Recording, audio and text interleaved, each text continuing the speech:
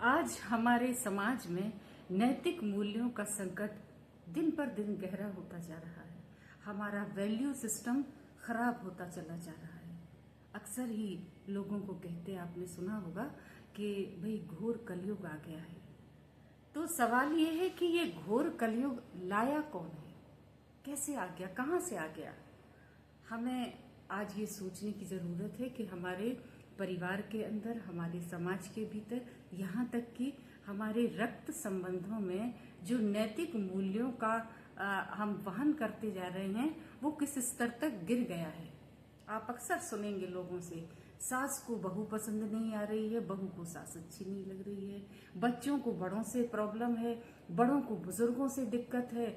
हर जगह एक खिंचाव है, एक तनाव है और सबके केंद्र में शायद स्वयं की खुशी है, जिसके पीछे हम भाग रहे हैं। और वो स्वयं आपको कहाँ अपनों से दूर कर रहा है। खुद की अकेले की सत्ता को आप चाह रहे हैं और चाह रहे हैं कि परिवार में सुख हो। ये तो दो विरोधाभासी बातें हो गई। और हम चूंकि अगर विचार करें कि हमारी जो संस्कृति है उसमें एक आदर्श चरित्र होना चाहिए, तो वैसा आदर्श मानव का जो चरित्र है वो हम प्रभु श्री राम के अंदर देखते हैं। और रामायण को हम कहते हैं आदर्श मानव जीवन की आचार संहिता। और इसीलिए श्री राम को मर्यादा पुरुषोत्तम भी कहा जाता है।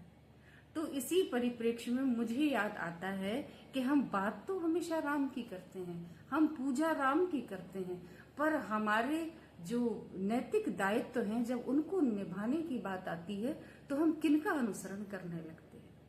चारों तरफ हमें या तो लालच दिखता है, स्वार्थ दिखता है और तरह तरह की धूर्तताएं, जिनको बड़ी खूबसूरती से समाज ने, एक शिक्षित समाज ने एक नाम दे दिया है, स्मार्टनेस।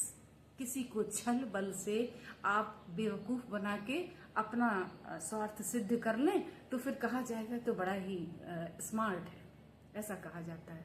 तो हम देखते हैं कि जो रावण था, आज अपन रावण के चरित्र को देखते हैं पीछे मुड़कर। राम के चरित्र की तो कहना ही क्या, उनकी तो हम पूजा करते हैं। लेकिन जब राम को पूजते पूजते हम इतना पतित होते चले जा रहे हैं, समाज में इतने तरह की जो ना होने वाली घटनाएं हैं वो होती जा रही हैं और लगातार बढ़ती चली जा रही हैं। घरों की शांति समाप्त होती जा रही है, आपसी विश्वास समाप्त होते जा रहे हैं।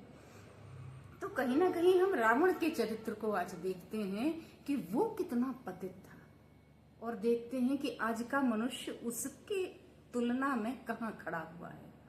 तो मुझे घटना याद आती है कि रावण माता सीता का हरण करके ले जा रहा है, अशोक वाटिका में वो ले गया उनको और वहां पर रखा। यहाँ एक दो बातें गौर करने लायक हैं कि रावण राक्षस था, रावण शत्रुता की भावना रखता था श्री राम से और उनकी पत्नी का हरण करके लाया। इसके बावजूद भी उसने अपने नैतिक दायित्वों का वहन किया। किस तरह किया? पहली बात, वो चाहता तो सीता को अपने महल में या किसी चार दीवारी में रख सकता था, जैसा कि किसी अपहरण की हुई स्त्री को रखा जाता है। लेकिन उसने वैसा नहीं किया, क्योंकि उसे मालूम था कि ये वनवासी हैं, माता सीता अभी वनवास में हैं और ये इनके वनवास के अनुकूल नहीं होगा। भले ही हमने इन्हें अब जिनको वह उनकी सेवा में लगा सकता था, लेकिन उसने लगाया किसको? त्रिजटा को। त्रिजटा कौन है? त्रिजटा भी श्री राम की भक्त हैं, विभीषण जी की पुत्री हैं त्रिजटा। तो जब और आगे भी ऐसे अनेक अनेक उदाहरण राम कथा में हमें मिलते हैं, तो हम क्या रावण से भी गए गुजरे हो गए हैं कि हम अपने नैतिक मूल्यों को बिल्कुल तिलांजलि दे चुके हैं। आप देखिए, भाई को भाई से शिकायत हो रही है, पिता को पुत्र से शिकायत हो रही है, हजार तरह की दिक्कतें हैं रिश्तों के बीच में। और आज हमारे परिवार, एक तो हम संयुक्त परिवार को भूलते जा रहे हैं, उसको पीछे छोड़ाए हैं, उससे दूर निकल आए हैं। और आगे की जो चुनौती है वो अब संयुक्त परिवार और एकल परिवार तो छोड़िए, अब तो परिवार को ही चलाना और संबंधों का दो व्यक्ति के बीच में भी निर्वाह हो पाना एक चुनौतीपूर्ण कार्य हो गया है। तो हमें इस पर सोचना चाहिए।